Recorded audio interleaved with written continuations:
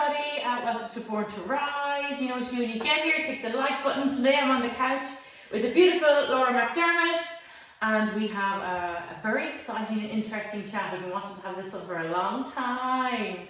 So most of you, well, a good few of you know Laura already, and as well as being a really good friend, she's also such an inspirational person, and you're always striving to be a better person, and I think it's really interesting. So I had an instant over the weekend. Okay. And I was like, ooh, I know, I should bring Laura on because you're the perfect person to talk about this. So not to go into too much detail, but in about 15, maybe even 9 seconds, I met a dinosaur who managed to just fly off a few sentences at me for absolutely no reason, and literally made me want to disappear off the face of the planet. Oh. Yeah, one of those. And I really wanted to, part of me actually, I just walked away because part of me was like, if I respond, I'll respond to what he's just given me. And I didn't want to do that. And so I walked away. And then when I got home, like, I actually told somebody about it on the way home. And they were like, oh my God, and are you over it now? And I was like, yeah, no, still processing. And then when I got home, probably about 2 o'clock in the morning, which is about 12 hours later, I was like, why didn't you stand up for yourself? And then I was like, oh, this is a feminine energy thing. And I thought, who best to talk about? You are from a family of 4 very strong women. Yep. You are in a role in your work that's very difficult and challenging, and probably more of a male-orientated role. Maybe I'm wrong in that, but you bring a lot of feminine energy to it. And you're very good at managing people and bringing them along a journey. And so I thought you'd be a great person to talk to for people at home who maybe get confronted by dinosaurs or in a male-orientated environment. And another thing I do say to people all the time, particularly males, when they come in, they don't always explore that feminine energy to get higher notes in their voice. And it's very much this big, strong, masculine. And I find it very hard to go into that feminine place, but still be taken seriously, actually. Because when that guy spoke to me like that, I felt like I was a child. And I'm like, does this guy have a clue? Yeah. It's just so frustrating. So yeah, take it away, Laura. Wow, okay, there's a lot to unpack there, but I think the first thing I'd say is, like, every single person, man or woman, has masculine and feminine energy. Yeah, and both. And we shouldn't shy away from either. And I think, like, as women, sometimes we're told, be as small, be almost invisible, right? So and still be pretty. Yeah, so be pretty, be slim, be tiny, wear clothes that make you look smaller, don't speak too loudly, and that sometimes that feminine energy is sometimes processed as if it was masculine energy, right? So if you kind of sometimes answer somebody or stand your ground, it's almost viewed as a masculine energy of like, well, she's very like, you know, bitchy, cross, argumentative. And then you get judgment. And so that's probably why I backed away, because I wasn't in an environment to have the conversation with someone. Yeah, but for me, like, from a feminine energy perspective, like, women, and I can say this as a woman, are the most powerful beings on the planet. There like, you go, man. But genuinely, as individuals and as a collective, we can do whatever we want. Yeah. And together, we're powerful in achieving that. And that's why I'm always so supportive, particularly of women, because, you know, we talk about men supporting women, but women supporting women is just as if not more powerful. And needed, And really needed. And we shouldn't use or talk about our feminine energy as some sort of like less than or negative thing. And when you say, oh, I felt that feminine energy and I felt like a child, I'm like, well, that feminine energy is a powerful thing. So step into it. You know, next time, Laura. But sometimes it's not about that reaction in the moment. It's not about what you say to that person or that situation. The most important thing to know is, like, that is their energy. Yeah. Whatever is going on with them, you have no idea. Yeah. And you don't need to know. Yeah, that's true. It's literally nothing to do with you. I think at the time I was like, that thought crossed my head, and the other thought of just disappear off the face of the planet crossed my head. And it was only hours later, it's like, why aren't you standing up for yourself? Like, why do we still let that mentality, I suppose, seep into our lives all the time and impact how we behave and the decisions? and also how people walk over us, because essentially that's what it was. But your self-reflection is standing up for yourself. Yeah, that's why I'm here. Yeah, but it doesn't have to be in that moment. Yeah. Like in that moment, you freaked out, and you would backed up. You would have run away, right? It's the fight or flight. You go, what? And I'm just gonna run. But actually, your self-reflection is you standing up for yourself. Is you learning and developing and pushing and just recognizing it. Like for me, it's like the awareness of this is what's happening right now, and that's what you had in the moment. Yeah. Even though you didn't know how to process it. Later, you recognized it. And then the next step is like, okay, now I'm taking action. Now I'm going to talk about it. Now I'm going to consider, okay, how am I going to do it, you know? So it's like awareness, recognition, action, and then helping other people through that when you see somebody else go through it. Because sometimes you learn just as much. Yeah. So if you saw somebody do that to me, now I know. You can see it more than probably I can in that moment. Because you're like, oh no, I see what's happening here between those two energies, you know? Yeah. So I just think like what you're doing is actually standing up for yourself. In a very roundabout way. But it doesn't have to be that immediate. Yeah. And I suppose the other thing was, you know, for me, I felt his energy was very dinosaur-like. He had a very old school approach to things, and I was just like, oh my God, I was standing there, wasn't opening my mouth, didn't say anything. And then I was like, I feel like this whole self-development and growth energy is maybe a much more, even though it's been around for a long time, it's still a new energy, and you are always met, particularly with family members and older generation who are just like, oh. So what do you say to people? Because I know there's actually a good few people who are doing things on the quiet so their family don't know about it, or stepping out but not saying too much so that they don't get knocked down. What do you say to that? I say that I think as children or as siblings, you know, sometimes we very comfortably sit in that role. We will give out about it, like we just did, but we're also really comfortable there because we know it better than anything. We know the role that is. Yeah. And there's certain environments that lend themselves to that role, be it at home or be it pecking order. Yeah. So I would say, like, step away from that. Like, there is so much positivity in distance, physical distance, emotional distance, and you standing define on your own 2 feet. Yeah, but you define who you are. Yeah. This is your life. It's your role to play your own life.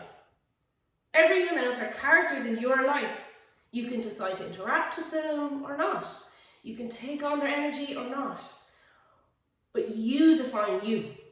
Nobody on this earth defines who you are except you. There you go. It's a lovely way to look at things.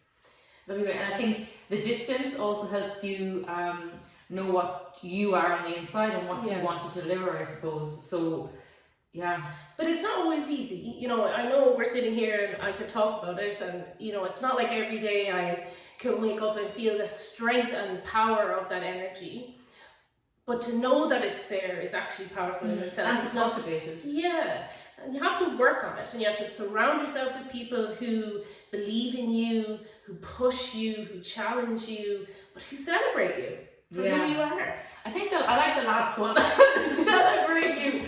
Because sometimes we push ourselves a lot. Yeah. And I suppose knowing how to, sometimes I feel it personally when that guy made a dig at me, I was like, I can't respond because I also am self-employed and trying to run my own business. I have my name on my business and everything gets reflected, if that makes sense. So if what I really wanted to do was completely F him out of it, but I said nothing because you are a reflection. And I suppose processing it in another way, but coming back to who do you want to be and who do you want to be seen as, because the person you are and the person you desire to be aren't always the same people. And the person you are now sometimes has all of the baggage and the roles and the positions, and trying to move them away to be the person that you want to be. And so the person I wanted to be was not someone who was going to react. Yeah, for sure. But as in, we're all a brand of ourselves. Absolutely. Right? And I don't have my name on a wall, quite like you. But I do have my own brand. And I need to think about... Everybody does, actually. Yeah, and I do think about, you know, what would I do in a situation when I'm observing other situations, right? I think that And I totally agree with the self-development and getting to a state where I want to be. But ultimately today, you have to love yourself today. And I love myself today. And I am enough today. Good point. And it's taken a lot of work. A lot of work for me to sit here and say that. And you know that. Yeah. Because sometimes we can strive so far into the future and something that we don't necessarily or can't necessarily put our finger on, but actually you are amazing today. There you go.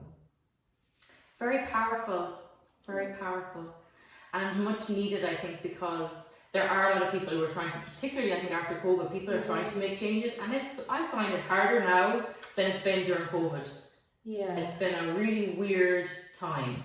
It's like a shift, transition, very uneasy, unsure, anxiety, and a big change for everybody. Like the people have changed and they don't want the same things. Yeah, and look, growth and improvement and development, it takes work. Yeah. It's not, we don't magically get to a certain age and have stuff figured out.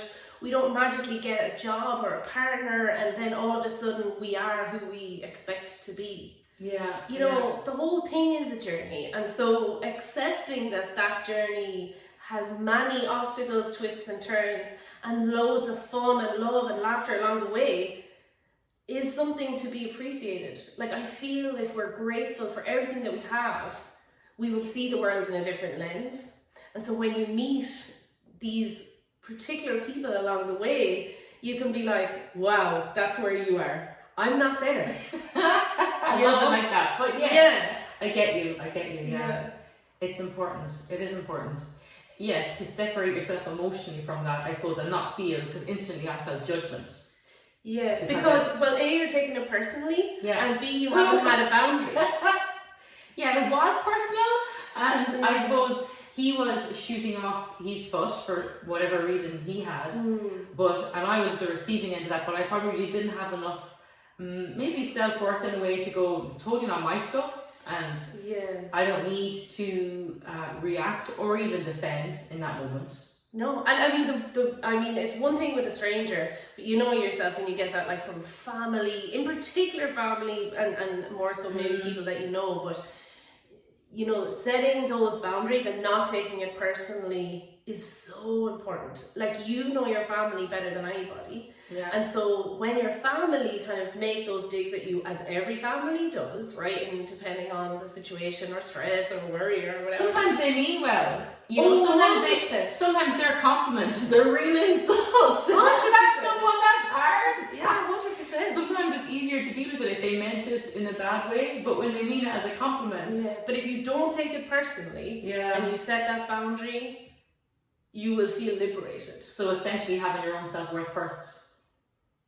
Okay, so give us some pointers for them at home to finish off the session.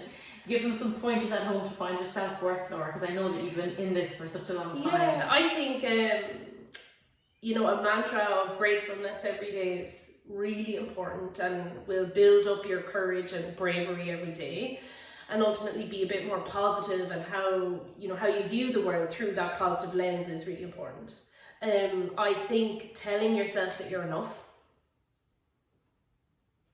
let that sit there for a moment, because everybody is genuinely amazing and they just need like everything they need is already here. Yeah. So you don't need to go anywhere or be anything else. You actually just need to be yourself. Yeah. I always think, there's so many bad things happen in the world and so many accidents, and it's so easy for, your life to disappear tomorrow or in 5 seconds time. Like, there's so many freak accidents, but at this moment in time you are here and you're chosen to be here for a reason, and that's a really precious reason to be here. And and to be present, every single moment, and even those micro incidents like the one we're talking about, there's something to be gained from it, albeit in that moment it can throw you off guard. There's a huge lesson in it, and there's a huge reflection, and now you're a different person because of that moment. Yeah. That's a really good thing. I must say, Laura, you'd be really proud. Something else happened the other day and someone said something and I just went, see where this is going. I'm not going there. Yeah, it's great. Yeah. Because Irish people sometimes have a habit of being really negative. Oh yeah, 100%. And they pick out like the negative things. And then I was like, yeah, I'm not going to get into that conversation. Yeah. But we don't even have a habit of saying that we're good. We just say that we're not bad. Yeah. You know, everything is like a negative. You know, so try and like, you know, manage the language. Not Language just is that so you, important. yeah, but not just like the language we speak, but our internal dialogue. Yes. Like if you actually spoke to yourself like you would speak to a child or encourage somebody else, you'd actually have a different life. Somebody the other day was new to the choir and they pointed out that all the choir materials are really positive. And I was like, it's actually the whole point, because language is really important. And if we can just have a bit of positive language on a Thursday night, you give you a little bit of a fill, and it also steers you. In the same way, I suppose my aim of this group was to hopefully to create that community that will help steer you, not necessarily influence you, but that will give you some positive and growth opportunities or growth avenues to look at. And I suppose that's in general what this whole collective is about. Yeah, and support each other. Yeah. You know, it actually is not about you. No, never. And that reaction wasn't about you either. That was a whole set of all sorts of things going on in that moment, you know. So surround yourself